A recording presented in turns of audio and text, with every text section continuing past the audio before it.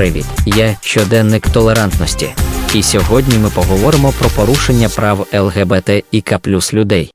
Що ви відчуваєте, коли дізнаєтеся про порушення прав людини? Most of the time I feel helpless, to be honest. Сум, а в контексті подій, серед яких ми знаходимося, мене це неймовірно злить. Насправді відчуваю сум і злість. Мені здається, що це абсолютно out of the day. І все те, що було можливим навіть кілька років тому, зараз абсолютно неможливе. Ми всі маємо навчатися і розуміти, що особисті кордони людей дуже важливі. Їх потрібно поважати. Чи порушували ваші права? Yes. Ні, скоріше ні. Мені пощастило, тому що я завжди намагався оточувати себе людьми, які розуміють мої цінності і мої кордони. Певно, порушували, але це були, умовно кажучи, неістотні випадки, які не відобразилися на моєму самопочутті. Епізоди домашнього насильства – це теж є порушенням прав, а, на жаль, серед моєї сім'ї це були доволі часті випадки. Чи порушували ви чиїсь права? Ні, для мене це дуже важливо, принаймні свідомо, я такого ніколи не робив, і я хочу сказати, що я працюю продюсером, і дуже часто на цей випадок я чую багато жартів, типу, а ти правда продюсер? Насправді, мені здається, що хтось з зірок міг сприйняти відмову або конструктивну критику на свій рахунок, але мені цього б ніколи не хотілося. Я завжди дуже твердо і чітко артикулював, де особисте спілкування, а де робота, тому що я категорично проти порушення прав людей, їхніх кордонів, я завжди про це запитуюсь, і я проти будь-якого харасменту. Probably yes. It's almost impossible to change the past. I had a situation where I was very rude to an ex-partner, and I insulted him on purpose to hurt him. And actually, it's always when you do something bad that you carry it with you, and after years, I found him again on social media, and I apologized to him, and we made it up, and it was for me something that actually liberated me from the guilt I felt, though he had done me wrong as well. But it's a different thing. I can take it, but if I do someone wrong and really know that I did deliberately wrong, it's like something that's sitting in the back of you. So it was for me important for my well-being to change that. Безперечно, так. Я можу булити людей. Зараз я цього не роблю і стараюсь слідкувати за цим, але це один з моїх захисних механізмів, і я можу бути в цьому неймовірно неприємна.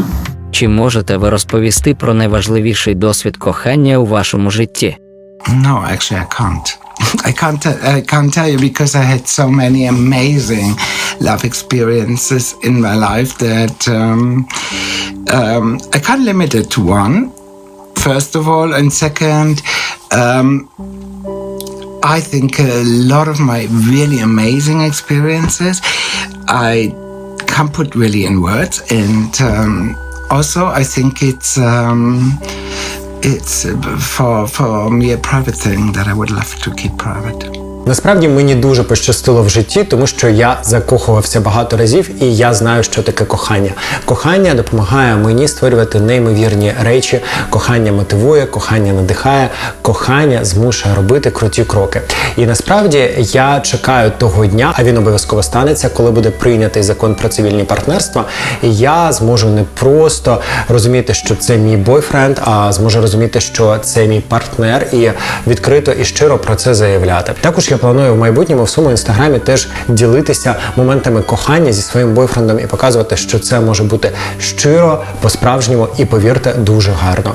І я не хотів би боятися. Кохання змушує тебе бути сміливим, і це дуже важливо. Мені здається, що найважливіший досвід кохання в моєму житті – це кохання до мого чоловіка, тому що ми разом вже 9 років. Таке почуття, яке має різні виміри, різні стани, різні етапи, і саме через те, що воно зберігається і підтримується, і з глибокою повагою і розумінням до один одного, воно є найважливішим в моєму житті. Опишіть ідеальних партнерів для вас.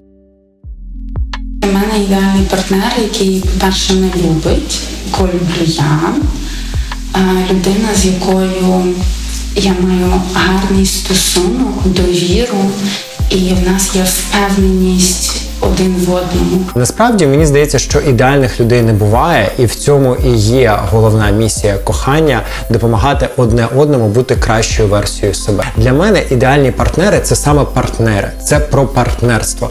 Я вважаю, що в кожній парі можуть бути свої правила, які продиктовані цією парою. Я проти комплексів і стереотипів. Я за максимальне психологічне навчання і так само сексуальне навчання взагалі нашого суспільства. Мені здається, це дуже важливо. І тому, якщо ми кажемо про партнерів, я за партнерство. І в цьому партнерстві має бути повага, взаєморозуміння, повага до спільних кордонів, спільних правил і, безумовно, також свобода вираження. I don't understand what an ideal partner is because you're changing your whole life long.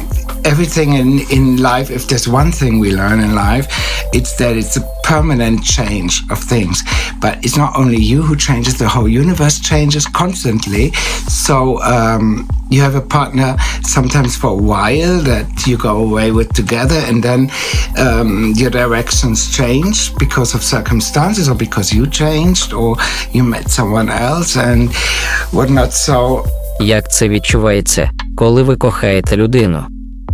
Коли я кохаю людину, це відчувається особливо неперевершено, тому що я як круто відчуваю кохання, так само круто я відчуваю, не круто, а насправді погано для мене відчуваю біль. Тому всі емоції я відчуваю максимально різко, і коли я кохаю людину, це наче я стою на березі Атлантичного океану в Португалії, дихаю цим неймовірним вітром і надихаюся від хвиль, які накатують на мене. Це відчувається як тепло всередині, яке наповнює і окриляє. you love someone, it's like a bond. It's like there's a difference of for me of loving someone or falling in love. When you fall in love, it's like a fever. You wake up and the first thought is how is he doing, what not, and everything that you communicate, you're like, how did he mean it? And when you don't talk for 1 hour, it's like, does he still love me? But this is falling in love. This is a total difference. When you love someone, it's a for me at least, it's a feeling of security. It's a feeling of belonging, of trust and endurance, and that's what it is. It's not necessarily a sexual longing or a permanent obsession or something. It's far more fundamental. На що ви готові заради кохання? What are you willing to do for love? This sounds like an 80s pop song to me. What are you willing to do for love? I did a lot for love. One time when I was with a partner, I traveled from South Africa back to Berlin, and then I went to Australia just because I missed him so much and I wanted to see him. And it was the most ridiculous journey I ever did because I was just traveling back and forth. And but I did it anyways. We split up after a year, and actually doing something for love, it sounds to me like pathetic, like it was a sword through the forest or something. I wouldn't do that. I stand with my partner and defend him, even though when he makes mistakes, and when I know it's mistakes, I tell him I don't agree, but it doesn't affect my loyalty. This is probably the most profound you can do for love, I think. На розуміння, самоусвідомленість і чесні розмови. Чи можете ви розповісти про досвід нещасливого кохання? Так, звісно, таких досвідів в мене було багато, і ці досвіди були не тільки по причині того, що я був занадто молодим або невпевненим. Ці досвіди були ще й тому, що кожен з нас, партнерів, був не готовий до цих стосунків. В них не було можливої відкритості, можливо, свободи, можливо, довіри. Для мене дуже важливо говорити про все. Тому кохання для мене – це коли ви говорите про все абсолютно щиро і не боїтеся цього. От коли я говорив мало, в мене були досвіди нещасливого кохання. І я абсолютно відкритий в цьому. Я теж робив помилки, їх було багато. І, безумовно, теж в своєму житті на дорозі кохання робив боляче іншим людям. Якщо так ставалося, я хочу навіть зараз ще раз вибачитися і сказати, що це був класний досвід разом, який навчив мене і зробив мене дорослішим, і я сподіваюся, вас також. Мені здається, в мене було багато досвідів нещасливого кохання до зустрічі з моїм чоловіком. І всіх їх об'єднує те, що в цих досвідах не було прийняття ні з моєї сторони, ні зі сторони моїх партнерів. I think love is always a thing between two people, or it can be even three people. I think the question is more targeting at falling in love when you're crazy for somebody and he doesn't respond in the same way. And I think this happens to everybody.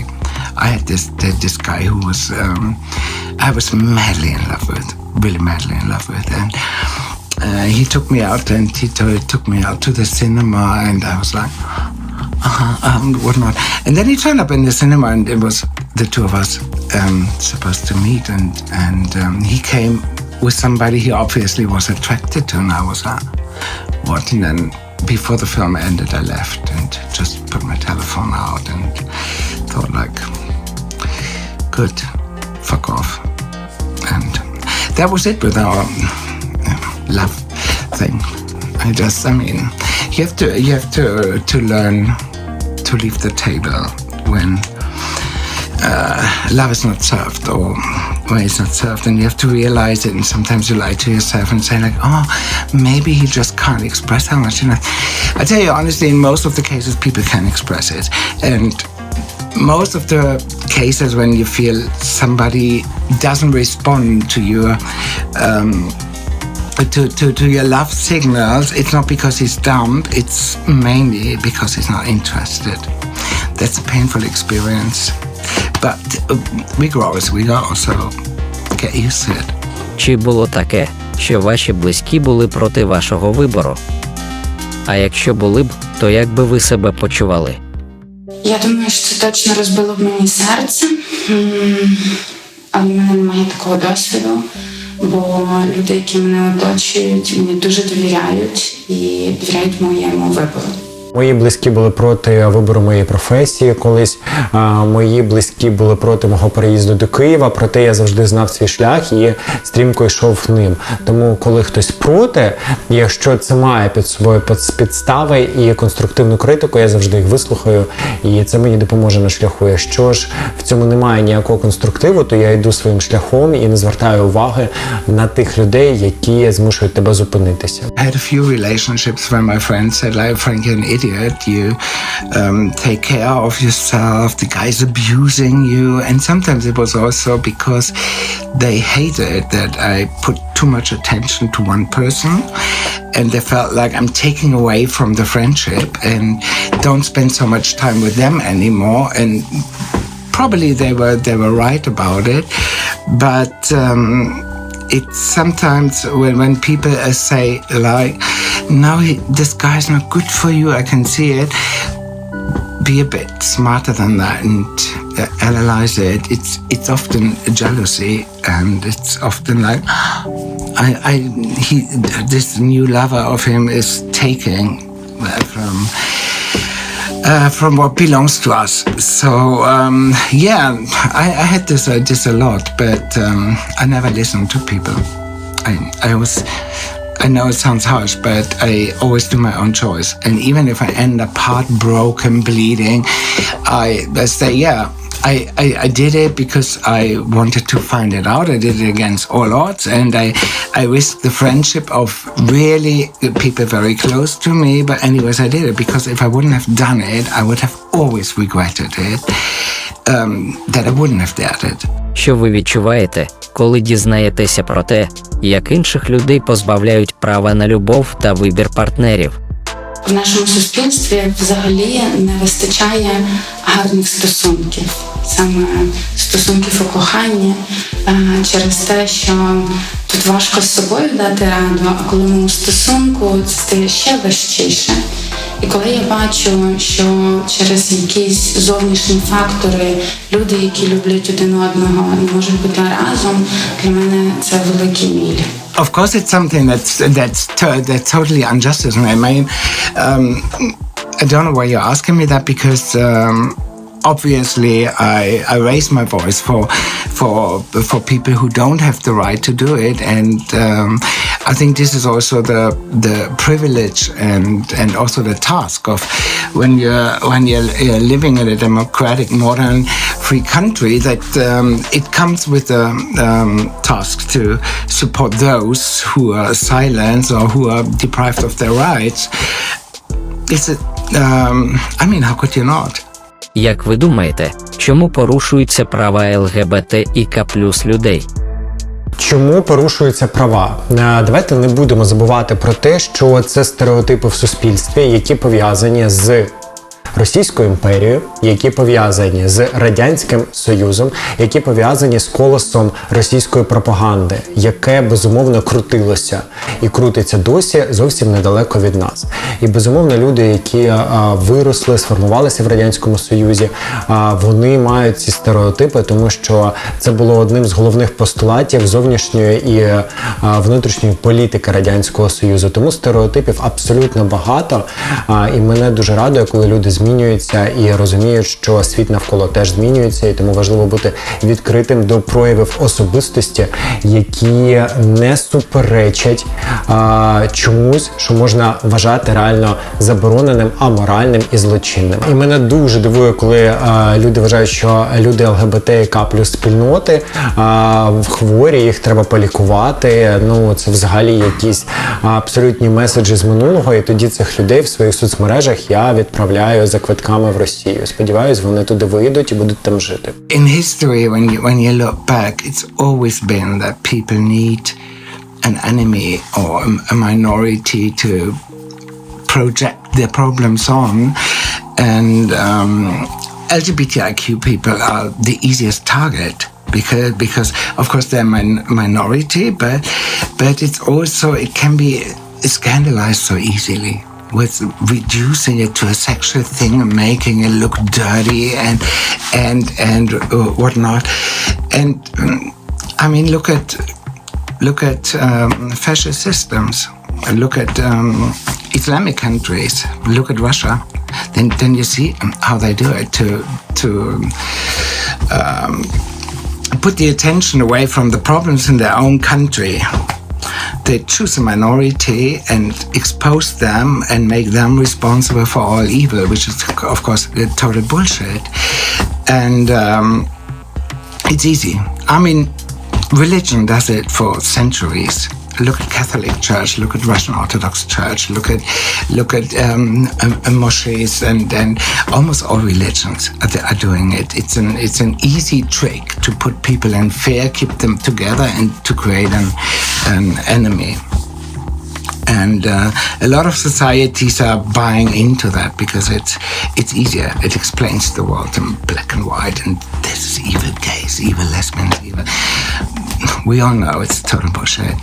And we all should concentrate on educating. В основі цього лежить ксенофобія і нерозуміння, що люди, які не схожі на нас, мають ті самі права, і що збільшення прав квірів не зменшує прав людей, які себе таким не вважають.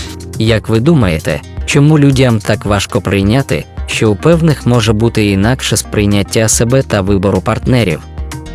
I don't know why it's so difficult for people to accept it, because it's something I never got, you know, because whether how you see yourself, how you position yourself, you don't harm anybody, you don't take anything away. This is like what I never understood when we had discussions about same-sex marriage in Germany, and you know, it's been not so long ago that it was achieved, and I never understood how right-wing people could say, like, it destroys the family. It doesn't destroy anybody. It doesn't take anything away from anybody when you give the rights to other people. And it doesn't make sense. Більшість людей судить за себе і виходячи з власного досвіду. Якщо я не мав досвіду різної самоідентифікації або непритаманних мені бажань, то не може лякати це. До цього була проведена величезна робота по дискредитації представників ЛГБТ плюс спільноти. Вона проводиться і надалі, наприклад, в країні, яка веде з нами війну. І, на жаль, люди вірять у це. Бо вони не мають досвіду спілкування з квірами. Бо коли ми маємо цей досвід, ми розуміємо, що це абсолютно такі самі люди, які мають ті самі почуття, ті самі бажання. І це є абсолютно нормально.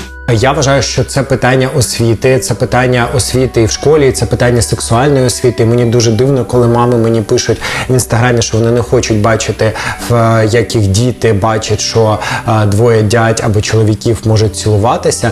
Для мене це абсолютно неосвічені люди, які не можуть пояснити своїм дітям, що прояви різноманіття – це нормально, що люди різні, що індивідуальність – це нормально. Тому я вважаю, що якщо є обмеження в освіті, в світосприйнятті, якщо ти не розвиваєшся, то, звісно, ти обмежено дивишся на світ. Тому я закликав би всіх бути освіченими, багато вчитися, дивитися багато, займатися і психологічною освітою, і сексуальною освітою. Це дуже важливо, і в нашій країні, безумовно, з точки зору психологічної освіти і сексуальної є великий геп, і я сподіваюся, він виправиться з часом, тому що всі ми на шляху до Європи. Які слова підтримки ви хотіли б сказати ЛГБТІК+ людям, чиї права порушують?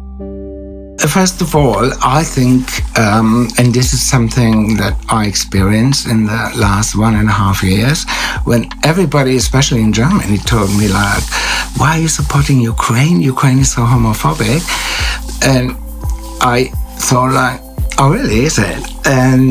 And I tried it out a bit, but the response coming from Ukrainian people was like 98% super positive, and as you know, my postings are sometimes super gay, on purpose actually. And I would say Ukraine is on a great way to freedom and to modernity and democracy, and this is what makes it such a target for Russia, because that's at least my theory. I think Russia is afraid of a free, loving country next to it, and afraid of that wave sweeping over, which could end the oppression of the Russian people. And when you look at Kirill using as a reason to attack Ukraine, to save Ukraine from gay pride, then you really go like, what the fuck is wrong there? And I think the major thing is stay strong. You're not alone. Be loud about it. Don't hide. It never serves you when you hide. And demand your rights. You know, you have the rights, the human rights, and you're on a great way to go there. A lot of things changed, and they will change to the better, and I'm 100% about it. Війна, яка йде зараз, вона не є тільки між країнами. Це війна за права людей. Бо ми знаємо, що в країні, яка на нас напала, дискримінують і обмежують права ЛГБТ плюс людей. Як тільки ми переможемо, переможе і права людей. І ми маємо разом вистояти заради цього і відкрито говорити про наші проблеми. І все буде добре. Я впевнена, що любов переможе. Це слова підтримки, не пов'язані з тим, щоб вас пожаліти, зарадити, сказати про те, що як же вам не пощастило. Ні, вам пощастило, що ви такі. Вам пощастило, що це ваша особливість. Вам пощастило, що всі ми різні. І я вважаю, що своїм статусом, своїм життям, своїм прикладом ви маєте пишатися і надихати інших. В жодному випадку не боятися. Я вважаю, що тільки через гарні, позитивні, круті, надихаючі приклади люди можуть почати ставитися ще більш толерантно до ЛГБТ і К+ спільноти. І ми вже на цьому шляху. Що ви можете готові зробити для того, щоб порушень прав ЛГБТІК+ людей ставало менше? talk about it, be public about it, demand the rights publicly, and when you get attacked and when your rights get attacked, report them to the police. I did this 2 times already. And here in Berlin, you can easily do it. You even have a spokesperson in the police where you can say it. It's important to go out about it, not hide. Because you think, oh, it's shameful and blah, blah, blah. It's the opposite. It's shameful for the person who violated your rules. And I want everybody really to be more stable in himself, you know. What I realize even in Germany a lot is that people kind of like apologize for being gay or for being queer or for being trans or whatnot. Why should you? Don't apologize. Never apologize. You don't do anybody harm. You want your own peace of freedom and of love in a society. You pay tax like everybody else. You earn money. You contribute to the state. You don't do harm. Don't take shit. Never. And I'm serious about it. Really, never. And never apologize for anything. Це те, що я роблю майже щодня в своїх соціальних мережах, в своєму інстаграмі. Я транслюю питання, пов'язані з ЛГБТ і К+ спільнотою. Мені дуже хочеться ділитися з вами своїм життям і показувати, яким може бути життя людини, життя гея в нашій країні. І це життя не пов'язане з засудженням. Слава Богу, я з ним не зустрічаюся і мені щастить з моїм оточенням. Також мені в майбутньому хочеться ділитися щасливими моментами з моїм бойфрендом. Але я чекаю багато негативних коментарів, я до них готовий, але мені хочеться показати, що ці стосунки можуть бути абсолютно відкритими, гарними, чесними і дуже надихаючими. Для мене це важливо. Також мені б хотілося взяти участь, можливо, в підготовці одного дня українського прайду або чогось пов'язаного з прайд-місяцем і з прайд-місією. І мені здається, це теж чекає мене на моєму шляху. Тож я пропоную кожному з нас долучатися і, незважаючи на те, ви відноситесь до ЛГБТ-спільноти або ні, робити цей світ кращим. Особисто я, як психолог і блогер, займаюся просвітницькою роботою з цієї проблематики. І зараз я пишу диплом про особливості психотерапевтичної допомоги до представників LGBT+ людей. І мені здається, це точно недостатньо, але це вже якийсь маленький вклад з моєї сторони. Бо знову ж таки я акцентую увагу на тому, що коли люди бачать, що інші люди, яких вони поважають, які є для них авторитетом, які є для них цікаві, підтримують квірів, то тоді їм стає набагато легше також виявити в собі нормалізацію і прийняття людей, які на них не схожі. Чи підтримуєте ви цивільні партнерства? Чому важливо зробити це доступним для всіх людей? To be honest, yeah, I support civil partnerships, but I would go a step further because I think civil partnerships are like secondary price to what really is essential is marriage equality. This is essential. Civil partnership is like a step below. It's great for progress, but I think the ultimate thing and the only acceptable thing is marriage equality. So if a girl wants to marry her girlfriend, this should be possible, including the right to adopt children. And I know it's a long way, and it took Germany a long, long way. But I mean, love is for everyone. And what name me one reason why it should not be possible to have same-sex partnerships. What is the disadvantage for it? I can only see advantages. And this is not because I'm stupid or blind. I've been growing up in a very heterosexual surrounding my whole life long. And I know exactly life from both sides, and all the arguments against civil partnerships or marriage equality, which are basically basic democratic human rights, all the arguments against it are ridiculous and pathetic. And that's, I mean, of course, we demand the same rights. Безумовно, я підтримую цивільне партнерство. І як я вже сказала, досвід найбільшого і найважливішого кохання в моєму житті – це досвід кохання до мого чоловіка. Я би була дуже щаслива дізнатися, що люди так само, як і я, мають ті самі права, як і я, в коханні.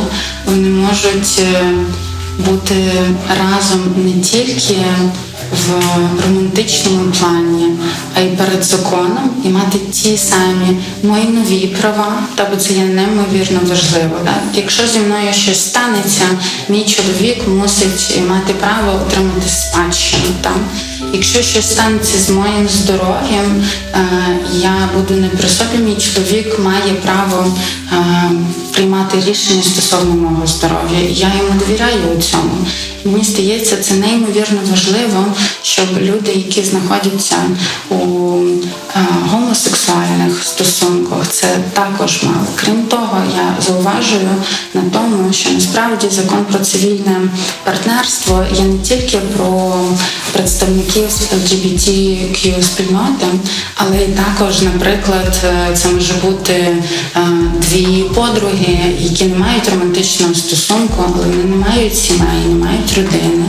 Вони також можуть заключити це цивільне партнерство і бути перед законом в рівних правах. Тому мені здається, це неймовірно важливо.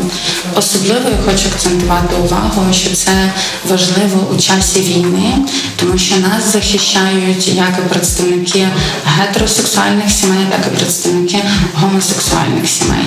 І знаєте, якщо, не дай Боже, хтось з пари гине, держава мусить виплатити партнеру компенсацію. Ви знаєте, мені здається, це неймовірно неправильно, те, що представники ЛГБТ так само захищають нашу країну, але не мають цього права. Їх сім'ї лишаються ні з чим. Це розбиває мені серце. Бо ми є різні і ми є рівні. І це має бути нашою базою. Я завжди підтримував цивільні партнерства. Я можу абсолютно впевнено сказати, що якщо на етапі прийняття закону про цивільні партнерства я буду сильно закоханий і буду впевнений в своїх стосунках, то я обов'язково укладу угоду про партнерство з своєю коханою людиною і покажу це вам. Для мене це дуже важливий крок. Це важливий крок для нашої країни з точки зору рівності, тому що любов неможливо засуджувати, і зараз, особливо під час війни, це важливо для ЛГБТК плюс спільноти. Чому? Тому що люди, які знаходяться в стосунках, якщо це два чоловіки, один з яких на фронті, а таких людей на фронті геїв, лесбійок, квір-людей багато, повірте, і партнер цієї людини не має права прийти в госпіталь і щось вирішувати, як мінімум, вирішувати питання, пов'язані з реанімацією, питання, пов'язані з операцією, або, на жаль, навіть вирішувати питання в морзі. Я вважаю, що це недопустимо, це порушує права людей, і я дуже вірю, що наша країна обов'язково прийме цей законопроект про цивільні партнерства, і це невід'ємна частина нашого шляху до Європи і до Євросоюзу. Якби у вас була сила вирішити повністю лише одну з проблем порушення прав людини, що б це було? Насправді, це цивільні партнерства, і це я собі навіть тут занотував, щоб не помилитися. Це законопроект 9103 про інститут реєстрованих партнерств. І мені дуже сумно, що мало публічних людей в нашій країні про це відкрито і щиро досі говорять. Що мало публічних людей, які є геями, лесбійками або відносяться до квір-аудиторії, рідко роблять камін-аут. Ви ж можете надихати цим інших і робити світ кращим, і змушувати людей розуміти, що рівність – це важливо. Тому що для мене інститут цивільних партнерств дуже-дуже багато значить. Мені б хотілося в майбутньому укласти шлюб, безумовно, мати дітей і мати рівні права з усіма вами. Це дуже важливо. Особливо нині це важливо для одностатевих пар, які знаходяться на фронтлайн, наприклад, тому що базові потреби життя, вони теж не забезпечені наразі для них. Я вірю, що колись все зміниться і всі ми будемо рівними і не будемо засуджувати любов. Мені здається, це розбило б мені серце, бо я не можу сказати, що чиїсь біль більш важливий, ніж біль інших людей. Мені було б неймовірно складно обрати. Але так як я психолог, я думаю, що це було б насильство над дітьми. Hunger. Hunger, I think, is one of the most threatening human rights violation and the injustice of how food is delivered to the world. While in some countries you can't eat everything because there's so much variety, and then you have in other countries people starving and dying from hunger. I think it's one of the most urgent tasks to be solved.